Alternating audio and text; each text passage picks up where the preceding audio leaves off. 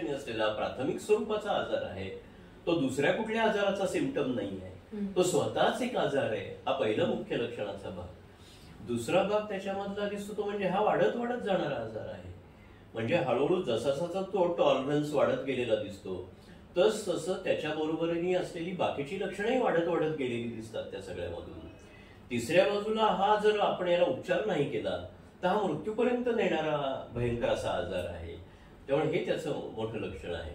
तर अशा प्रकारे एका बाजूला या आजाराची लक्षणं दिसत असतात, एका बाजूला त्याची वैशिष्ट्ये आपण पाहू शकत असतो आणि त्या सगळ्यावरनं हा आजार आहे हे आपल्याला एका अर्थाने सिद्ध करता येत असतं.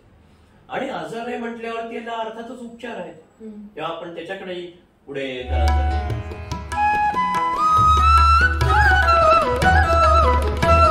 आता या प्रकारची ओढ तयार होणं आणि आता आपण जी सगळी लक्षणं पाहिली त्याची आणि त्या लक्षणांमुळे त्याचं त्यात अडकणं हळूहळू जे सुरू होत राहतं, म्हणजे ज्याला वियोग लक्षणं, विड्रॉल सिम्पटम्स यायला लागत असतात, त्या सगळ्यामुळे काही करून आपण दारू एका विशिष्ट काळात मिळवत राहिली पाहिजे आणि पोटात घालत राहिलं पाहिजे, हे जे सगळं त्याचं होतं आहे, हा होणं हाच त्याचा महत्वाचा मूळ मुद्दा आहे, त्याच्या समस्येचा मूळ भाग आहे असं आपल्याला म्हणता येईल. त्याच्यामध्ये दारू हा पदार्थ आपण समजून घेऊया की काय बरं करतो हा पदार्थ. तर ते त्या पदार्थाचं वैशिष्ट्य जे आपल्याला सांगता येईल की तो कसा आहे. तर दारू हा मुळामध्ये त्याचं हा एक अरेबिक शब्द आहे, म्हणजे अल्कोहोल असं त्याला म्हणतात. अरेबिक शब्द आहे तो आणि त्याचा अर्थ असा फायनली डिवायडेड स्पिरिट, हा असं त्याचा अर्थ आहे.